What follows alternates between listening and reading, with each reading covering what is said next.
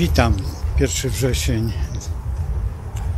2023 rok i od razu przypomina się 1 wrzesień, ale 39 rok.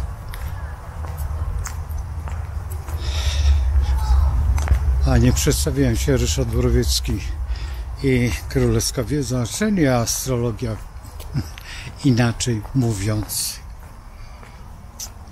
Nie chcę w tej chwili robić tego kosmogramu II wojny światowej i współczesności, bo każdy ma to pytanie, czy czasami nie rozpocznie się ta trzecia wojna, co by była największym kataklizmem rzeczywistości. Ale niektórzy dążą do tego i to nawet z całą swoją nie tylko jurysdykcją, ale i możliwościami, jakie tylko posiadają. Przykry to jest fakt, że są osoby, które nie wyniosły z tego bardzo przykrego doświadczenia działań pozytywnych. Pamiętajmy o tym, że ta II wojna światowa została właściwie wymanewrowana w bardzo dziwny sposób, dlatego że przede wszystkim zapanował w Polsce komunizm, a inaczej bolszewizm, albo jeszcze inaczej marksizm jakiegoś typu makabrycznego. I to panowało bardzo długo, a właściwie panuje, no co tu ukrywać, do tej pory, bo jeżeli patrzymy na Józefa Piłsudskiego i on, który kilkanaście razy zmieniał swoje zdania już pod koniec życia wokół jego środowiska, rozpoczęła się ta historia, która dzisiaj nas dotyka, czyli sanacja, i ten układ jest przenoszony przez współczesnych włodarzy do rzeczywistości. I wtedy w 20 roku ta wojna wygrana, bitwa wygrana, ta warszawska, i uzyskanie niepodległości całkowitej i w dodatku tego wszystkiego i zafascynowanie się tym okresem. Tylko pamiętajmy o tym, że brak nam takiego człowieka jak Grabski. Brak nam takiej spontaniczności i oddania społecznego, jakie było wówczas. I jeszcze jedna rzecz. Wtedy istniało słowo honor. To wszystko razem dawało nam Bóg, honor i ojczyzna. Tak? Czyli dwa najważniejsze, trzy właściwie słowa, które były najważniejszymi elementami świadomości każdego. Począwszy od harcerzy. Harcerzy było wtedy jeszcze, była sodalicja, czyli to harcerstwo błękitne, które było podłączone pod kościół. Był Scouting Boys, który właściwie on istniał i nie istniał. To była taka troszeczkę sytuacja, że przywieziono to z Anglii, ale raczej było podobne do harcerstwa. Harcerstwo polskie miało troszeczkę inne zadania. Scouting Boys to organizacja do pilnowania konkretnie,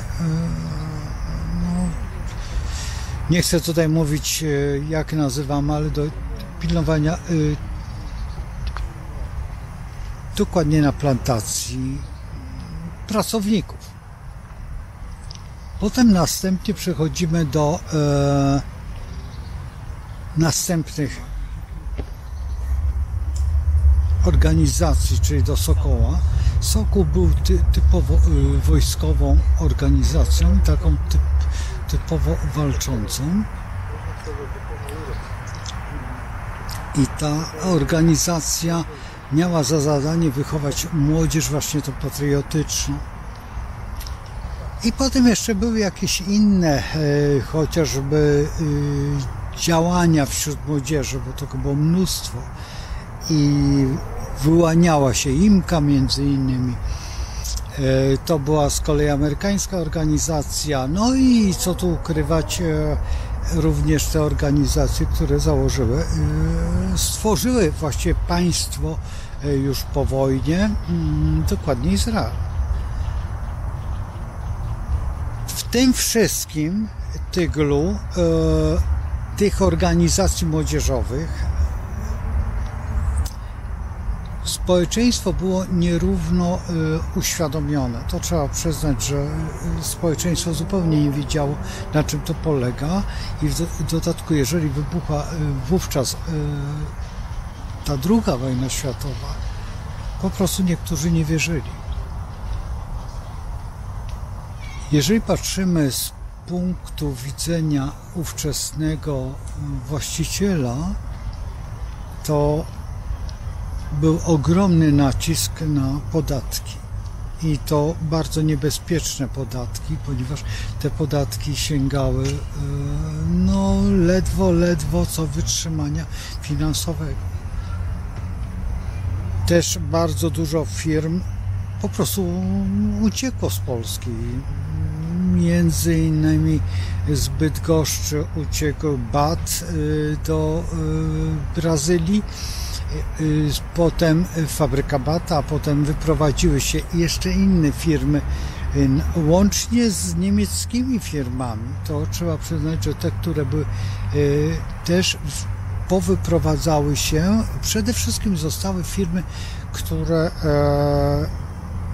produkowały żywność, czyli oparte o rolnictwo. I to jest taka troszeczkę historia, która w skrócie bardzo, ja nie jestem ekonomistą, tylko po prostu,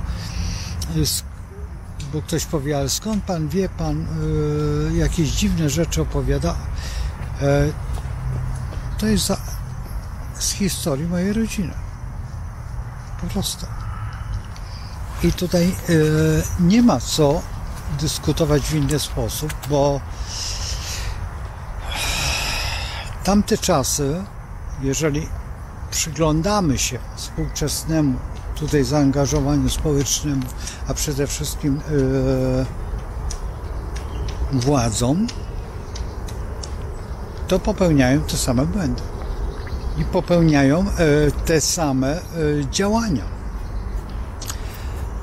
Oczywiście nie jestem specjalistą ani w ekonomii, ani też historykiem aż takim, że można było porównać nawet ustawy, które były wtedy, z tym, że patrzmy na reformę Grabskiego, która była genialna i to był to w ogóle cały kodeks handlowy, z którego korzysta cały świat współczesny do tej pory.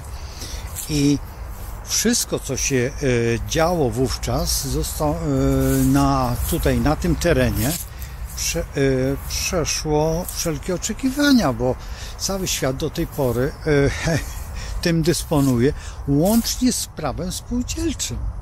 Przecież prawo spółdzielcze i mało tego, że także Bismarck stworzył to ubezpieczenia społeczne, to także te polskie pomysły, które były prowadzone przez Uniwersytet Jagielloński przede wszystkim, bo ekonomia na Uniwersytecie Jagiellońskim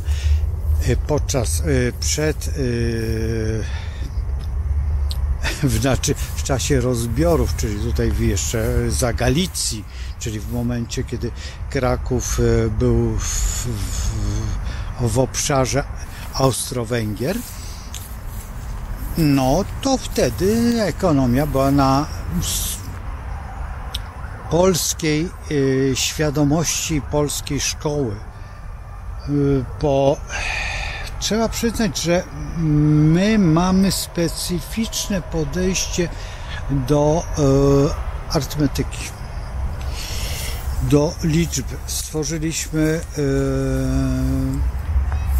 tą Lwowską Szkołę Matematyczną, ale i wcześniej też mieliśmy świetne dokonania, no chociażby za królowej Bony. Fantastycznie obliczyliśmy naszą ojczyznę pod względem powierzchni. I no było to spowodowane tym, że królowa Bona lubiła pieniążki i zbierać podatki. Ale nie chodzi o to. W tej chwili stajemy się właśnie tymi postaciami, które mają właściwie dosyć spore, no powiedzmy, czy kłopoty, nie można mówić o kłopotach, tylko świadomość dużego nakładu podatkowego. Tak powinniśmy to sprecyzować, a najgorszą rzeczą jest to, że te wszystkie rzeczy, które dzisiaj istnieją,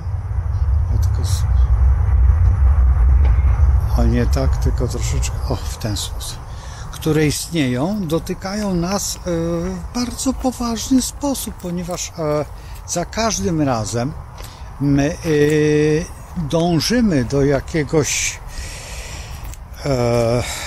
ustabilizowania się i nagle okazuje się, że ta stabilizacja jest dla nas nieosiągalna, ponieważ występuje nagle jakiś kryzys finansowy i ta stabilizacja zostaje zupełnie zrujnowana, co powoduje bardzo prostą rzecz: zubożenie narodu. I jeżeli patrzymy z tego punktu, to jesteśmy jakby w samym sercu rzeczywistości. Powodem jest to, że musimy w tej chwili zastanowić się nad każdym naszym elementem, co dalej robić. Dlatego też no, jesteśmy przed wyborami. Tak się złożyło i te wybory dzisiaj musimy realizować je w konkretny sposób.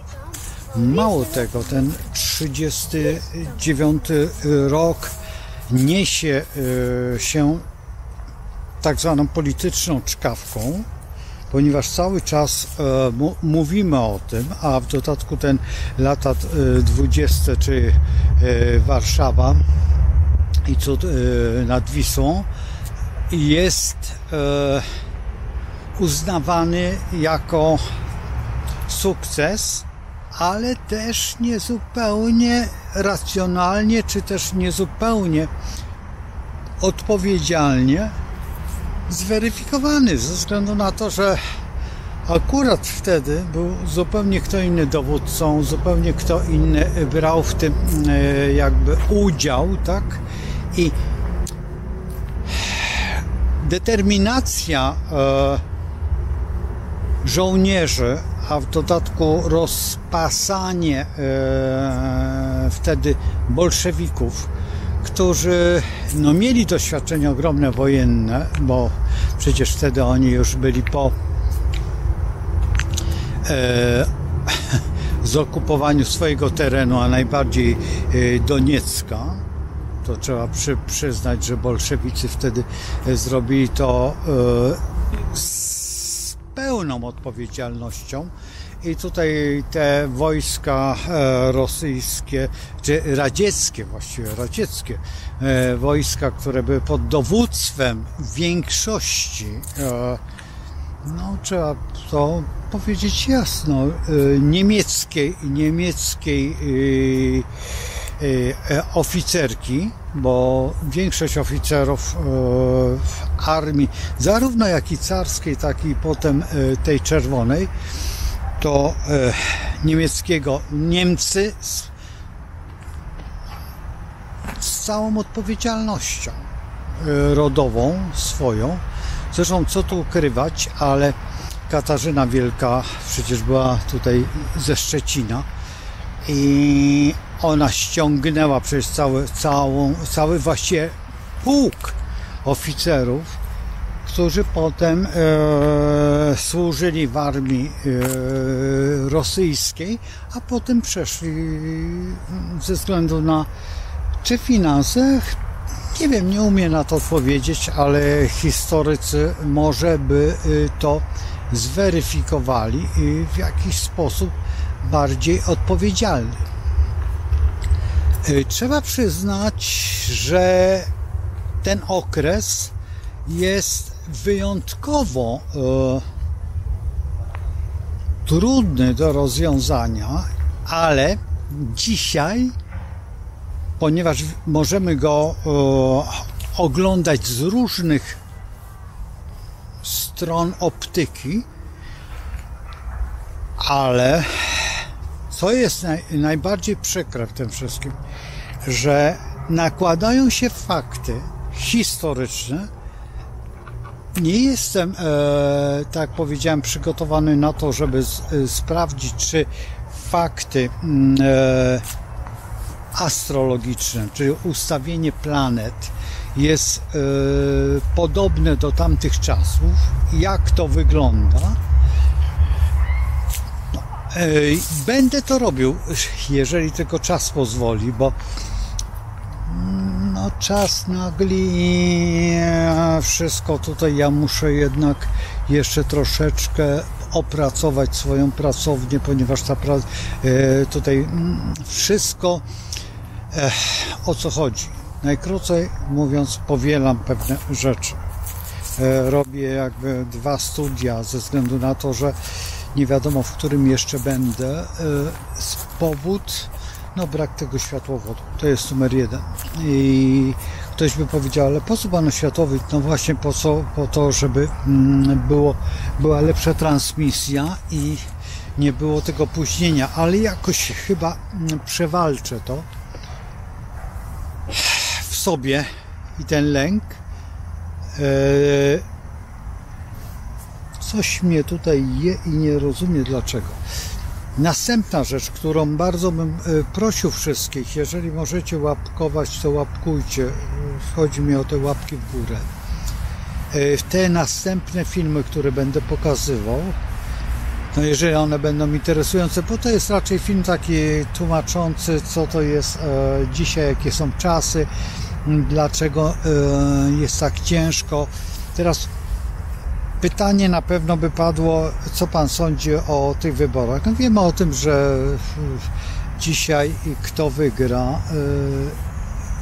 Ja oglądałem dzisiaj Facebooka i tylko nie odpowiem, jak się ten pan nazywa, z Kukiza, z partii Kukiza, warszawiak, żeby nie pomylił nazwiska, bo ja mam tendencję do zmieniania nazwisk.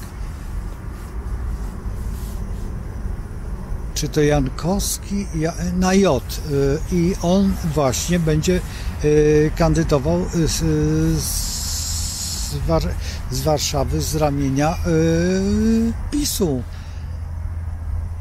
Czyli moje przewidywania i moje kalkulacje takie, no powiedzmy, że oczywiście, że astrologiczne, oczywiście, że tak, tylko one nie, jakby to wytłumaczyć? Patrząc się pierwszy raz na kosmogram, od razu przychodzi nam pomysł, co mamy robić. Dalej, jeżeli przyglądamy się na poszczególne szczegóły, to znaczy patrzymy tutaj na znaki, jakie znaki są najbardziej efektywne. No i wychodziło na to, że po prostu ten bliźniak najlepiej się czuje, a bliźniak no to przecież pan prezes. I teraz, czy jest obrona tego bliźniaka, czyli dokładnie jak on wygląda w tym całym układzie zwycięstwa, tak? I to jest numer 1, przyglądanie się temu, czy ten planetarny układ, niektórzy mówią konstelacje, co mnie to jest takie niemieckie podejście do astrologii, czy on sprzyja, czy też nie, tutaj teraz komu? Tym dwóm partiom, bo te dwie partie są najważniejsze. Nie ma żadnej trzeciej albo czwartej partii, czy 5 partii. Nie ma, są dwie. I z tych dwóch trzeba wybrać. Ponieważ w Krakowie tak doszły do mnie takie słuchy, nie oglądałem tego, ale słyszałem od kogoś zupełnie poważnego, zresztą tak również astrologa, że padły słowa, że jeżeli będzie wcześniej, to wygra PiS, jeżeli będzie później, to wygra PO. Ja mam pewne wątpliwości ze względu na to, że ten układ jest taki troszeczkę niezbyt wyraźny. Jeżeli on jest niezbyt wyraźny, to on musi mieć albo dwoistość, czyli jeszcze raz powtórzenie wyborów, ponieważ może być nierozegrana ta sytuacja, co najbardziej mnie by odpowiadało, na przykład w założeniu, tak jak było i byśmy musieli przystąpić jeszcze raz, co może się zdarzyć ze względu na to, że jakby to powiedzieć, obecnemu naczelnikowi by to odpowiadało. A tej sytuacji, która jest z 1 września 1939 roku, tym bardziej. Z kolei lata 20, czyli dokładnie Bitwa Warszawska, też idealnie by odpowiadało. To są czynniki, które idealnie pasują do takiego, a nie innego zachowania. I nie ma gadania. W tym wypadku jest to wszystko tak poprowadzone, by mogło się wydarzyć takie wydarzenie z punktu widzenia takiego pierwszego spojrzenia na planetę. Ja tego nie mogę pokazać, ponieważ w tym momencie, kiedy, bo to jest tak zwana astrologia, no niektórzy by powiedzieć, że mundialna albo jakaś, ja to nazywam sekundowo. Czy ktoś dzwoni do mnie, ja odczytuję z tego, tutaj mam podgląd na monitor i na zegar i z tego zegara odczytuję to, co ta osoba ma na myśli. Dlatego w tej chwili już tego nie robię, ale były takie momenty, że po prostu z tego momentu można wyczytać, czy osoba dzwoni w sprawie domu, czy w sprawie mieszkania. Niektórzy już mówią, że Pan jest niesamowity. Nie niesamowity, tylko są po prostu krótko. Najprościej by można było powiedzieć w ten sposób. Są energie i te energie w tym momencie reprezentują takie i takie warunki i te warunki możemy omówić. Prosta rzecz, jeżeli omawiamy te warunki, to te warunki się muszą równać z tymi warunkami, które ta osoba odczuwa. Czy jeżeli ktoś dzwoni do mnie, ma intencję, ta intencja jest zapisana w kosmosie. I jeżeli ja w tym momencie odbieram telefon i mam ten kosmogram tej chwili, no to z tej chwili mogę odczytać, tylko no jest fakt, że tak zresztą tutaj te osoby, które śledzą, to świetnie wiedzą, że czy to jest ten materiał dojrzałości przy stole, czy w ławce, czy to jest ten materiał dojrzałości, wiecie gdzie, w okowie. I tu jest materiał dojrzałości, tu i tu doświadczamy płodności czy umysłu, albo tego innego narządu. Ale tworzy się nowe życie i nowe perspektywy. Obawiam się, że w tej chwili, przechodzę do innego tematu oczywiście, obawiam się, że w tej chwili bardzo mocny jest nacisk na tą rzeczywistość, ale rujnuje tą rzeczywistość sytuacja zamorska. Dlatego, że za morzem jest już wiadoma sytuacja, kto wygra, i tamta sytuacja nie pozwoli na te wszystkie niuanse, które się dzieją dzisiaj, czyli ten cały dziwny układ, i w tym momencie obawiam się, że my jako tutaj ten pępek Europy, tak, czy sam środeczek, to tak bierzmy to pod uwagę,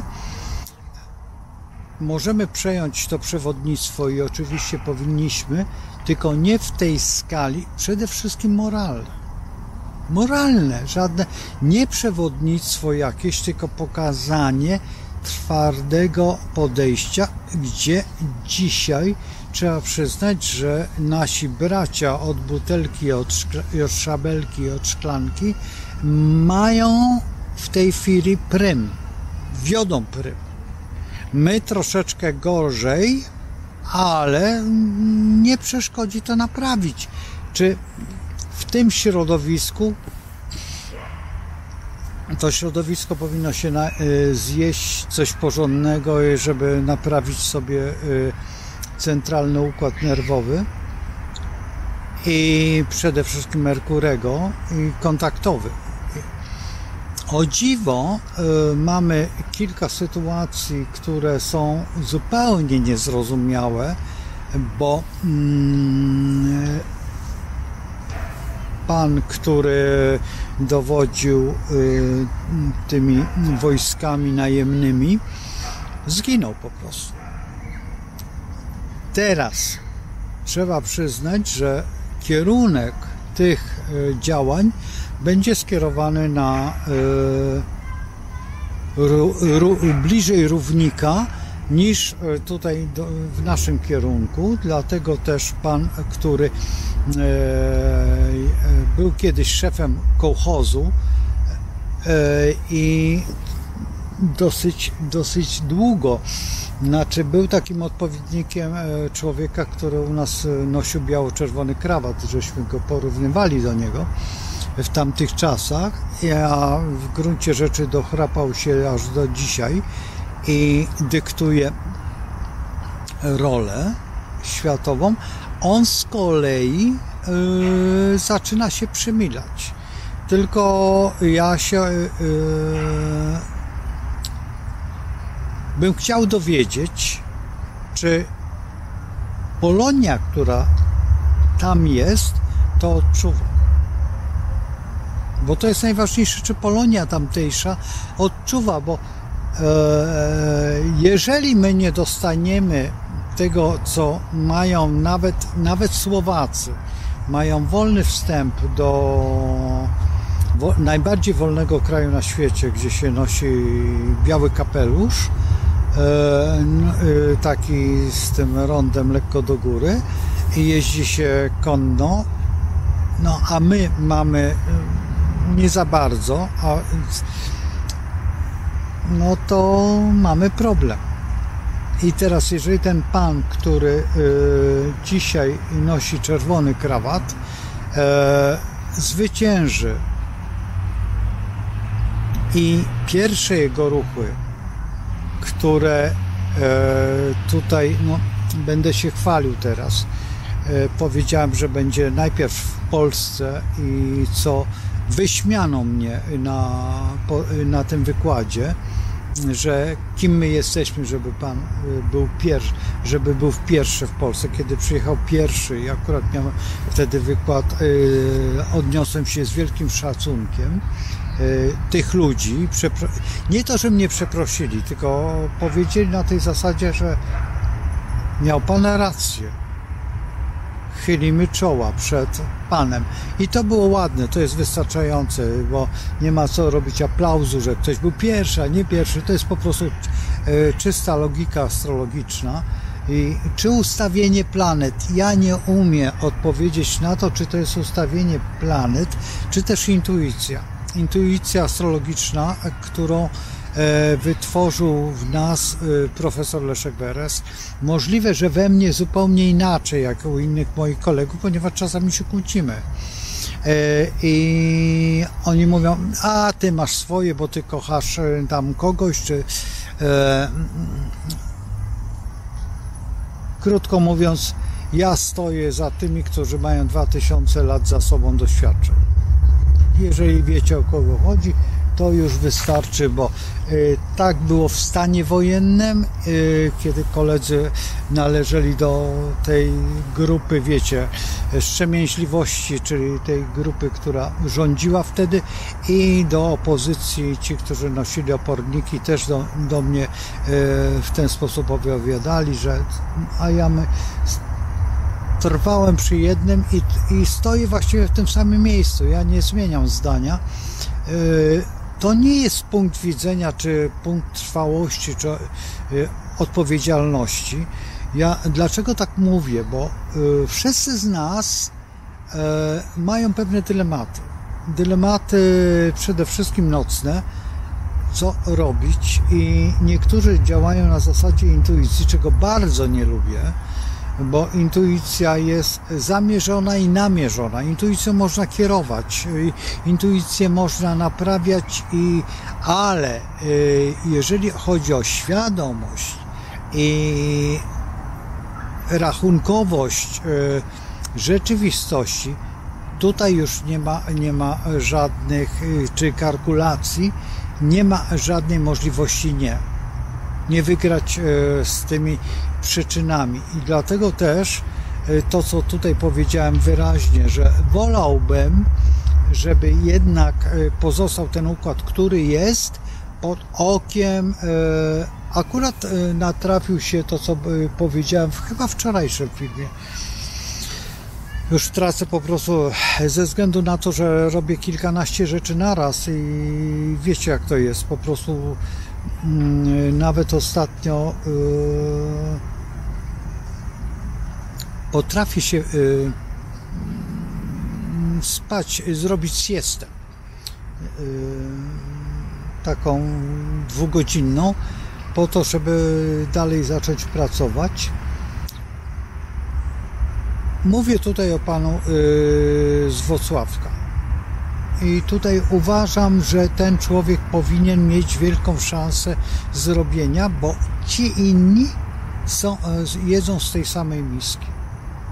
I boję się tego 39 roku.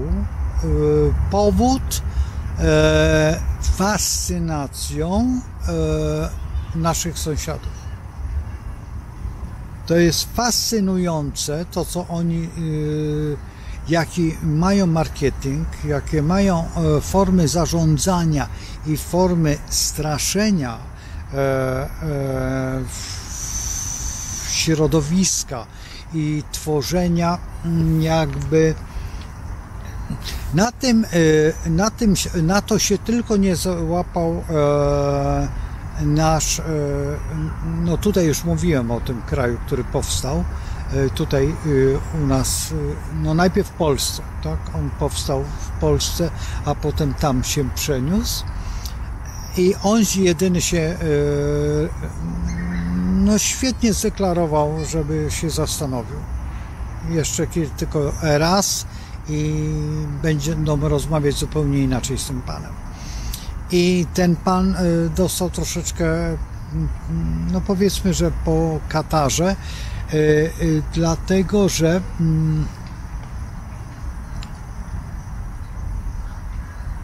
przywódca wtedy tej opozycji, przywódca opozycji był bardzo zaprzyjaźniony z tym krajem. Oni są tacy, zresztą pojechał na to spotkanie, na którym my nie byliśmy, o dziwo, a to był nasz błąd marketingowy. I w dzisiejszych czasach powinniśmy jeszcze jedną rzecz. Wrócić to, co ja uważam za najważniejszą rzecz do czasów. Przede wszystkim bym to postawił na archeologii do czasów biblijnych. Autentycznie tak. Ja kiedyś opowiem o tym, dlaczego uważam, że tak. Dlatego, że my jesteśmy tam zaznaczeni. Wyznaczeni, te tereny są wyznaczone. Ponieważ one, wiemy o tym, jeżeli teraz, dam tylko taki przykład, no można by było powiedzieć lekko etnograficzny. Jeżeli jedziecie tam, gdzie są dymarki i te dymarki pokazywane są, jak one działały i w jakiej odległości one były, to w tej części Polski te dymarki mniej więcej tak co 10 metrów, co 15 metrów były. To ile tych dymarek było? To większa huta niż Katowice. Musimy sobie zdać sprawę, że one te dymarki dymiły, czyli wytwarzały dwutlenek węgla, czego nie lubi pani ze Szwecji, albo lubi, tylko nie wie, o co chodzi. Ale my wytwarzaliśmy tego produktu, które uwielbia przyroda, czyli oddycha tym gazem, tą mieszaniną właściwie, bo to nie jest gaz, to mieszanina.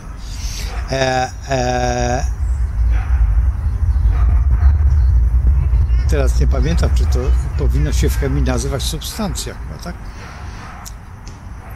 Gaz, ale czy to jest gaz? No jest to gaz, no ale nieważne. Wybaczcie, no nie pamiętam, nie wszystko muszę pamiętać. Ja poszedłem w inną stronę, nie robiłem jarzeniówek, jak niektórzy koledzy, albo świetlówek, tak? Czy to neonów, bo w neonach mam kilku kolegów, którzy się zajmowali neonami, robili pokazy tych neonów, zresztą ale ja jakoś nie należę, mimo to, że znamy się, ale to nie moja zabawa, ja bardziej tutaj no i jak zrobić na przykład z tlenku żelaza, co się stanie, jak zmieszam, przypuśćmy, z olejem i chociażby dobrze zmieloną kredą. I jaki kolor otrzymam, i też podwyższanie temperatury, no pewne tam dodawanie pewnych olei, te oleje można podgrzewać do pokostów. Jak się podgrzeje, to się robi pokost lniany. Jakie otrzymywać te oleje? Oczywiście no, olej makowy między innymi. Robiło się różne zabawy ze względu na to, że mistrz Timofiej miał dużo recept i te recepty trzeba było wykonywać w działaniach po prostu pisania Ewangelii, tak, na płytach, czyli dokładnie ikon. I tym się długi czas zajmowałem, także to zgłębiłem ten, niedokładnie, nie, to nieprawda, że jakoś tak fantastycznie. I teraz jeżeli patrzymy na tą historię i patrzymy tutaj na ten obszar i patrzymy, dlaczego to idę tą drogą, bo chcę sięgnąć do tego, co tutaj jedna z osób napisała o tej astrologii wedyjskiej. Chodzi mi o te Wedy, które były prawdopodobnie spisane tutaj pod Wawelem, tak, czyli pod czakramem wawelskim. I łączę to jednocześnie z wielkością świadomości naszej na powiedzmy jurysdykcji kulturalnej. No w ten sposób, bo jeżeli Wedy są tutaj autentycznie spisane, są tutaj, to żaden problem i jest tą wedyjską świadomość, ponieważ sanskrytu uczymy się w bardzo prosty sposób, ponieważ Polacy mają wyjątkową łatwość, dużo łatwiejszą jak cyrylicę. Znam to ze stołu wigilijnego. Jako dziecko moich dwóch wujków mówiło perfekt sanskrytem, tak mój ojciec mówił łaciną, ale już nie taką medyczną, ale drugi tutaj, no, jego przyjaciel, ksiądz, nie chcę wymieniać który, ale moi uczniowie wiedzą, o którego księdza chodzi, i mówił piękną łaciną, zresztą jeden z największych łacinników łódzkich, akurat to był, który uczył łacinę właściwie do momentu, kiedy łacinę wycofano ze szkoły, bo wycofano w pewnym momencie łacinę. To zrobili komuniści w pewnym okresie. No i to trzeba brać pod uwagę, więc jeżeli patrzymy teraz z tego punktu widzenia tego 1939 roku, że odbieramy i cały czas jesteśmy na pograniczu tej, przypuśćmy, tak zwanej walki o kulturę, bo wtedy odnawialiśmy to. Wtedy Uniwersytet Jagielloński, Uniwersytet Warszawski, uniwersytety komary. Oj, chyba będę musiał ruszyć, bo mnie zjedzą. To wszystko odbywało się i co tu ukrywać, ale grono profesorskie stanowiło najwyższą świadomość. Zresztą dlatego też wejście Niemców do Krakowa i aresztowanie wszystkich profesorów Uniwersytetu Jagiellońskiego i doprowadzenie ich do Święcimia i tam zgładzenie, no to świadczy o tym. Pamiętajmy o tym, że Niemcy wykończyli, nie mówmy o SS-manach, bo ich było tylko tam ileś, nie tak wiele jak na to państwo, które objęło właściwie, co tu ukrywać, ale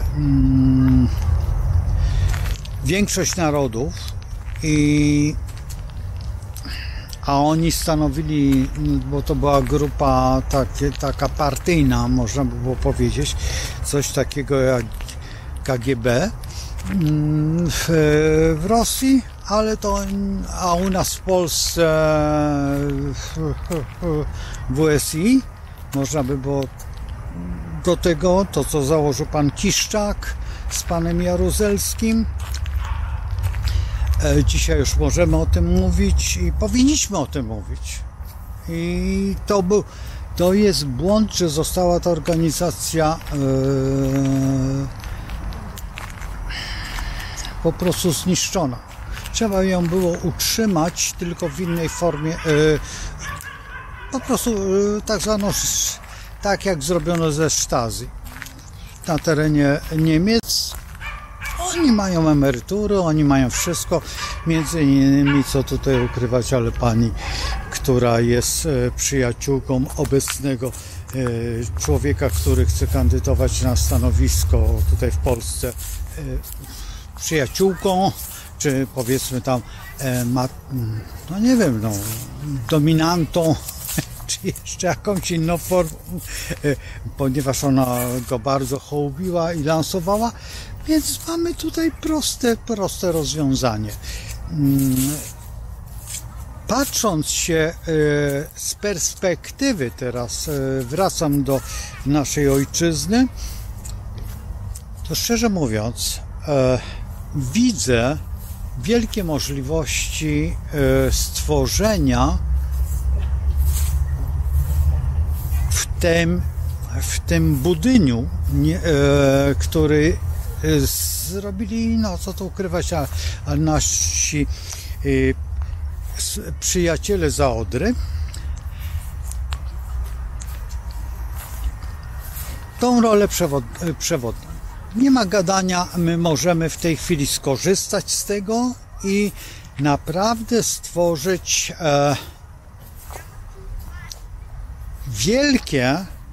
wielkie przedsięwzięcia. Tylko trudno, ale ta władza, która jest, zupełnie się nie nadaje, a tak władza, która jest, ta młodociana władza, tutaj mówię o tutaj przy Korwinie Mikke, ja nie mówię o panu Braunie, chociaż też mam pewne wątpliwości, czy pan Braun wytrzyma, bo jako historyk, jako reżyser, jest doskonały, jako mówca też. Ale czy wytrzyma to napięcie, bo to środowisko dookoła troszeczkę, jakby powiedzieli ci z lat 50., nie ma kręgosłupa moralnego. I to jest słup numer 1, ponieważ nie wiem, czy pamiętacie takie powiedzenie, że zrobię z ciebie oficera, tak? I tutaj ten okres sanacyjny bardzo mocno wpływa na te działania i tutaj właśnie to jest najgorsze, że krótko mówiąc, nie lubię osób, które zajmują się okowitą w pełni znaczenia. Jeżeli osoby te robią karierę na okowicie, no to w takim razie już wiem, o co chodzi. To znaczy dać. Jelcyn zdobył na tym swoje stanowisko. Ja, będąc wtedy w Rosji, autentycznie nie to, że przywiozłem, bo przywiozłem oczywiście taką buteleczkę, która spuszczano na spadochronie i odrywając kartkę, była to kartka wyborcza. I po tej stronie było pij za Jelcyna, a po tej stronie, żeby ją wrzucić, tylko napisać swoje nazwisko, czy tam postawić stempel palcem, bo niektórzy chyba tam w Rosji nie potrafili pisać. Zupełnie poważnie mówię. I dlatego nie znoszę tych osób, które mają jakieś tendencje takiej okowitej produkcji, czy tworzenia, czy działania, obojętnie jakie. Nawet jeżeli to będzie tylko alkoholizowana woda. Przepraszam, absolutnie wykluczam te osoby, dlatego że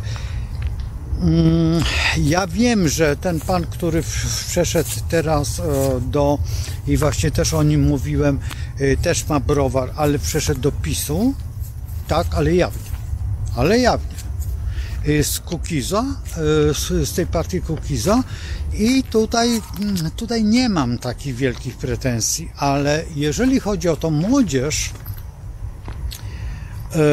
to nie jest ładne.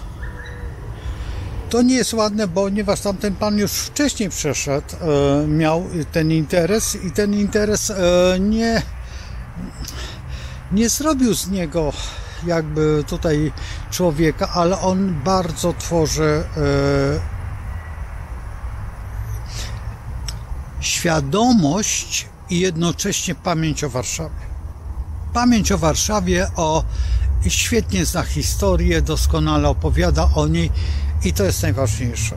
Jeżeli zabraknie nam tego, będziemy mieć problemy moralne, bo jeżeli teraz nastąpi ta Wikipedia i w tej Wikipedii po prostu będziemy zmieniać zdanie, że nie Bóg, a absolut, to co ja zawsze mówię, że nie wiem, czy zauważyliście, że mówię Bóg, absolut, wszechświat i tam wymieniam te wszystkie, do czego niektórzy się no przypuśćmy, modlą, czy tam medytują, czy kontemplują.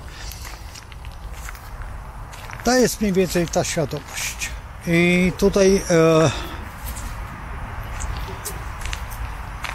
konkretnie brak słów tworzy dosyć poważny problem elokwencji, rozwoju w założeniu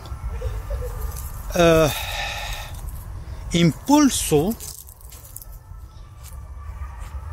który by tworzył prawdę.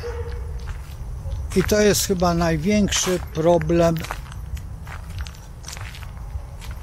który przed nami stoi.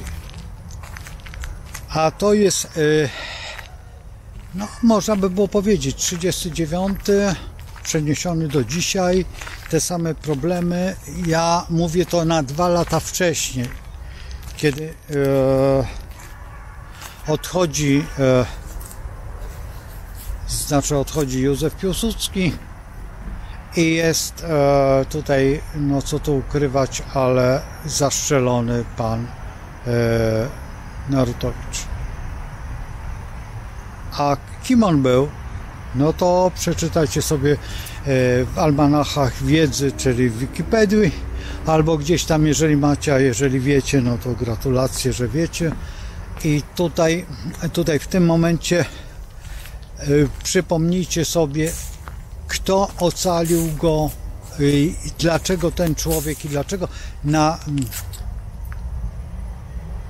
grobie tego człowieka, który popełnił, znaczy tutaj zastrzelił prezydenta, jeżeli się nie mylę, było tyle tysięcy ludzi.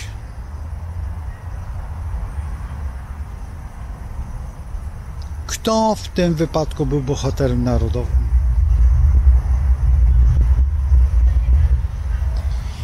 Pamiętajcie o tym. To jest podstawa. Innej drogi, jak logika, jak świadomość, jak umiejętność bardzo wnikliwej analizy przeszłości przyszłych elektorów czy senatorów tutaj i ulicy Wiejskiej w założeniu, ponieważ wówczas będziemy mieli to, co żeśmy sobie naprawdę zgotowali. I jestem zawsze gotów do jakiejś analizy i zawsze możecie podesłać jakieś dane, żeby wam zinterpretować w filmie, ponieważ do tego się szykuję, że jeżeli podacie, bez nazwisk oczywiście, tylko daty, jeżeli wam jakaś data, tylko najlepiej jednak służy, kiedy macie telefon, kiedy możecie skorzystać z telefonu. Ten telefon jest normalnym telefonem, to nie jest jakiś tam dziwny, to jest Play, ten, który ja posiadam. Nie wiem, czy teraz Play, jak się z Playem rozmawia, to za darmo. Kiedyś tak było, ale teraz to nie wiem. Ale tutaj możecie spokojnie ze mną kontaktować się. Ci, którzy tam znają te techniki, to powiedzą, dotkną się do nosa, to kłamie. Nie, to ze względu na to, że przechodzę koło tutaj stawu i tak zapach, którego nie lubię, takiej wody, wiecie, takiej z algami, no taki komary to lubią. Także słuchajcie, ja już będę, poczekam sobie pomału. I teraz, biorąc pod uwagę to, co się dzieje, to, co nas otacza, to, co nas tworzy, to stwórzmy. Ja zawsze będę dążył do tego, żeby stworzyć tą Lechię, tak jak stworzono Niderlandy, odtworzono. To tak my powinniśmy wrócić do tego Lechistanu, czy obojętnie jak mówi Franz Zaleski, tak jak mówią ci, którzy coś wiedzą. Lecz czy ja jestem za tym? Nie chodzi o to, tylko ja już mam dosyć tej meteorologii. Naprawdę, słuchajcie, naprawdę nie chcę co 20 lat, czy co 40, czy co jakiś kawałek udawać romantyka. Nie chcę. Chcę, aby świat rozwijał się i nie chciałbym, żeby ktokolwiek mówił, że za dużo jest ludzi na ziemi. Nie jest za dużo ludzi na ziemi, bo im wyżej idziemy, tym im wyżej w intelekcie, tym mamy mniej tych dzieci. To jest tylko wtedy mamy dużo dzieci, kiedy jest praca nakładcza, kiedy dzieci umierają błyskawicznie, ale normalnie rodzice chcą mieć 2, góra 3 dzieci. To nie jest przeludnienie. Absolutnie to nie jest przeludnienie. Przeludnienie jest wówczas, kiedy naprawdę dzieci muszą iść do pracy w wieku nawet 4 lat. Czy jest to możliwe? Słuchajcie, autentycznie sprawdzałem to na mojej córce i ona w wieku 4 lat potrafiła niektóre rzeczy wykonywać. Niektóre rzeczy potrafiła wykonywać i gdyby można było to wykorzystać, to oczywiście, żeby to można było wykorzystać do jakichś robienia jakichś rzeczy. Bardzo manufaktura, ale jednak słyszałem o tym, że tka się tak dywany, robi się tak paciorki czy koraliki, do koralików modlitewnych robi się niektóre rzeczy.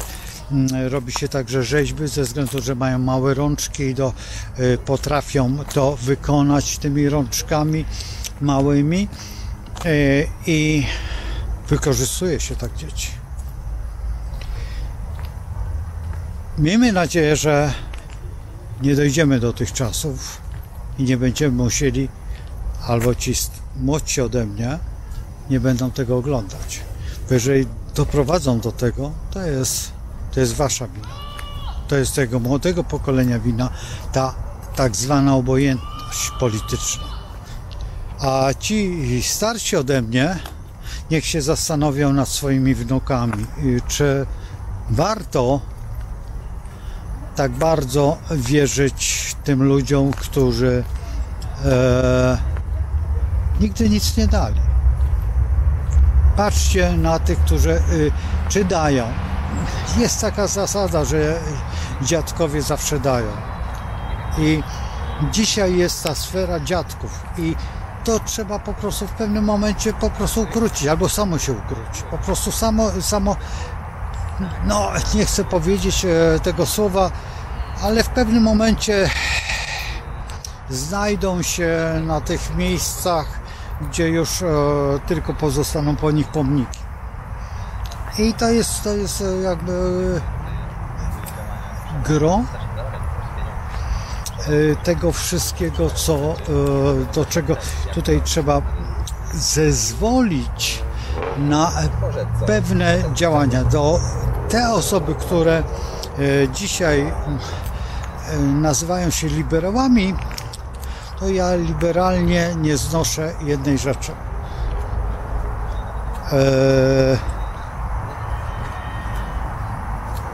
Ja nie jestem liberalny. Ja nie będę jadł tego, co mi nie podadzą. Ja chcę jeść to, co ja chcę zjeść. Ja chcę sobie sam ugotować z tego, co ja sobie sam kupię i wybiorę.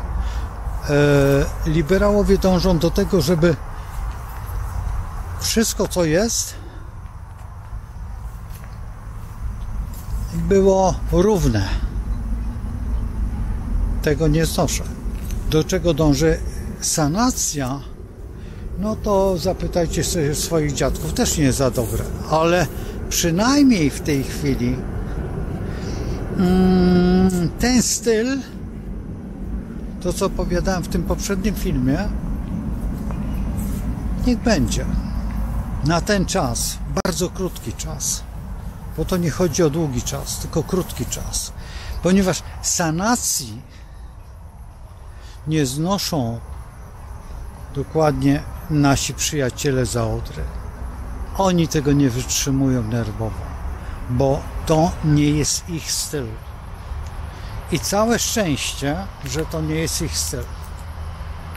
A ten styl, tylko pamiętajcie o jednym, że trzeba postawić w tym momencie na dwie rzeczy podstawowe. Na wykształcenie i wolność i honor. No i naczelne jest to, co teraz z Bogiem. Trzymajcie się. Powodzenia w dążeniu do świadomości. Jak masz swoje kończynę przysięgać?